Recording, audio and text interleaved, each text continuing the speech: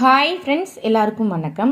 இப்போ ரீசெண்டாக ப்ரெக்னெண்ட்டாக இருக்கவங்க நிறைய பேர் சொல்கிற விஷயம் வந்து, என் குழந்தை வந்து கெட்ட நீர் குடிச்சிருச்சு, எனக்கு வந்து ஆப்ரேஷன் பண்ணிட்டாங்க அப்படின்ற மாதிரி சொல்லுவாங்க இல்லையா? என்ன காரணங்கள் குழந்தை வந்து கெட்ட நீர் குடிக்குதுன்றதை ஷேர் பண்ண போகிறேன். ஆமாங்க, நம்ம குழந்தை எப்படி வெளியே வந்து கையை அசைக்கிறாங்க, காலை அசைக்கிறாங்க, அதே மாதிரி தான் கருப்பையில் இருக்கும் பொழுது எல்லா விஷயத்தையும் பண்ணுவாங்க. விக்கல் எடுக்கும் அவங்களுக்கு, கண்ணை திறந்து திறந்து மூடுவாங்க, கை சப்புவாங்க, இந்த மாதிரி நிறைய விஷயங்கள் உள்ள பண்ணிகிட்டே இருப்பாங்க, எட்டி உதைப்பாங்க, எல்லாத்தையும் பண்ணுவாங்க.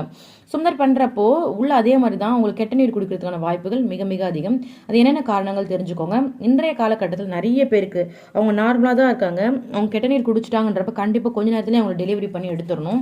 இல்லைன்றப்ப அவங்களுக்கு கொஞ்சம் பிரச்சனை ஆகிடும். அதனால் டாக்டர் என்ன பண்ணுவாங்க, டிலே பண்ணவே மாட்டாங்க. அவங்க கொஞ்சம் கெட்ட நீர் குடிச்சிட்டாங்க அப்படின்னா கூட உடனே டாக்டர் ஆப்ரேஷன் நம்மளுக்கு வந்து ரெஃபர் பண்ணுவாங்க. ஒரு நாள் உங்கள் குழந்தை வந்து கெட்ட நீர் குடிச்சிருக்காங்கன்னு உங்கள் டாக்டர் சொன்னாங்கன்னா பயப்படாதீங்க, குழந்தைக்கு எதுவும் ஆகாது. பட் நீங்கள் ஆப்ரேஷன் பண்ணுறதுக்கு ஒத்துக்கணும், சரிங்களா? சரி, குழந்தை எந்த மாதத்தில் ஏன் குடிக்கிறாங்கன்றது தெரிஞ்சுக்கோங்க. மோஸ்ட்லி குழந்தை வந்து இந்த 38 வாரங்கள் முடிஞ்சது இல்லையா ஃபுல்லாக. ஏன்னா ஒரு 38 வாரங்கள் முடிஞ்சதுன்னா 9th மந்த் ஃபுல்லாக கம்ப்ளீட் ஆகிடுச்சுன்னு 10th மந்த் ஸ்டார்ட் ஆகுதுன்னு அர்த்தம். இந்த 38 வாரங்கள் 40 வாரங்கள் ஆகுது அப்படின்ற குழந்தை வந்து குடிச்சிருவாங்க. ரீசன் வந்து வாட்டர் லெவல் கொஞ்சம் கொஞ்சமாக குறைய ஆரம்பிக்கும். இப்போ ஸ்டார்டிங்கில் எவ்வளோ பனிக்கல் நீர் இருக்கோ அது மாதிரி டெலிவரி வரைக்கும் இருக்காது. கொஞ்சம் கொஞ்சமாக குறைய ஆரம்பிக்கும். நீங்கள் ஸ்கேன் ரிப்போர்ட்டில் பார்த்தா கூட உங்களுக்கு தெரியும் இல்லைங்களா?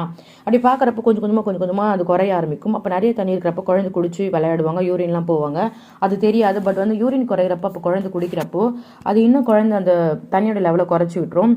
அது மட்டும் இல்லாமல் இந்த வாட்டர் லெவல் ரெடியூஸ் ஆக ஆரம்பிக்கும் குழந்தை, சரிங்களா? ப்ளசண்டா வந்து ஒரு பர்டிகுலர் ஸ்டேஜ் வரையும் தான் ஒர்க் பண்ணும். அதாவது 40 வாரங்கள் வரையும் மட்டும் ப்ளசண்டா வந்து ஒர்க் ஆகும். நீங்கள் 40 வாரங்கள் கழிச்சும் குழந்தை வந்து பெயின் வரலன்றதுக்காக வயிற்றுக்குள்ளே வச்சிருக்கீங்க அப்படின்றப்போ அந்த டைமில் வந்து குழந்தை வந்து கெட்ட நீர் வந்து குடிச்சிருவாங்க. அதே மாதிரி உங்களுக்கு ஃபீவர் மாதிரி டியூ டேட்டுக்கு முன்னாடி உங்களுக்கு ஃபீவர் மாதிரி வந்திருக்கு அப்படின்றப்போ உங்களுக்கு டெலிவரிக்கு இன்னும் 2 days 3 days தான் இருக்குது, 1 week தான் இருக்குது. இப்போ திடீர்னு வந்து உங்களுக்கு வந்து ஃபீவர் வந்திருக்குன்றப்போ உங்கள் குழந்தை கெட்ட நீர் குடிப்பதற்கான வாய்ப்புகள் மிக மிக அதிகம். நீங்கள் உடனே போய் டாக்டரை பார்க்கணும். அதே மாதிரி உங்களுக்கு நிறைய பேருக்கு இன்ஃபெக்ஷன்லாம் வந்து கவனிக்கவே மாட்டாங்க இல்லையா? அந்த இன்ஃபெக்ஷன்லாம் வந்துச்சுன்னா கவனிக்காமல் விட்டுருவாங்க. இப்போ இன்ஃபெக்ஷனாக வந்து டாக்டர் அதுக்கான சிரப் கொடுப்பாங்க, அதுக்கான டேப்லெட் கொடுப்பாங்க, அதை ப்ராப்பராக எடுத்துக்கணும்.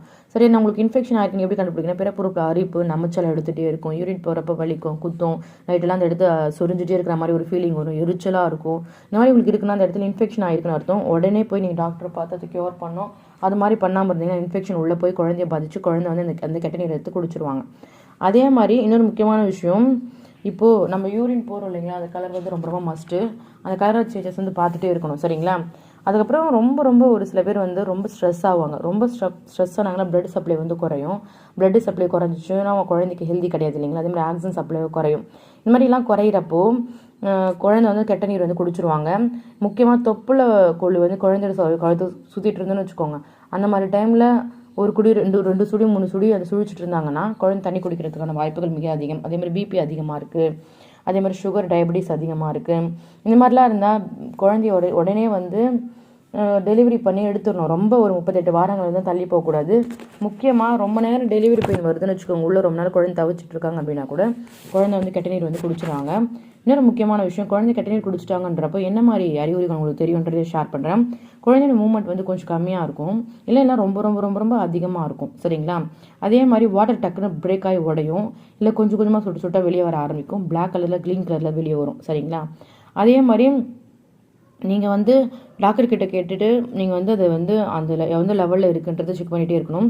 மோஸ்ட்லி வந்து 6 கீழே குறையவே கூடாது. 6 கீழே குறைஞ்சிச்சு அப்படின்றப்போ நல்லதே கிடையாது. மோஸ்ட்லி டாக்டர் 7 கீழே குறையக்கூடாது. இப்போது நீங்கள் ஒரு 9th மந்த் இருக்கீங்க, இப்போ போய் ஒரு ஸ்கேன் எடுத்து பார்க்குறீங்கன்றப்போ இப்போ 7 அது மாதிரி இருக்குன்னா டாக்டர் வந்து உடனே உங்களை வந்து அட்மிட் ஆக சொல்லுவாங்க.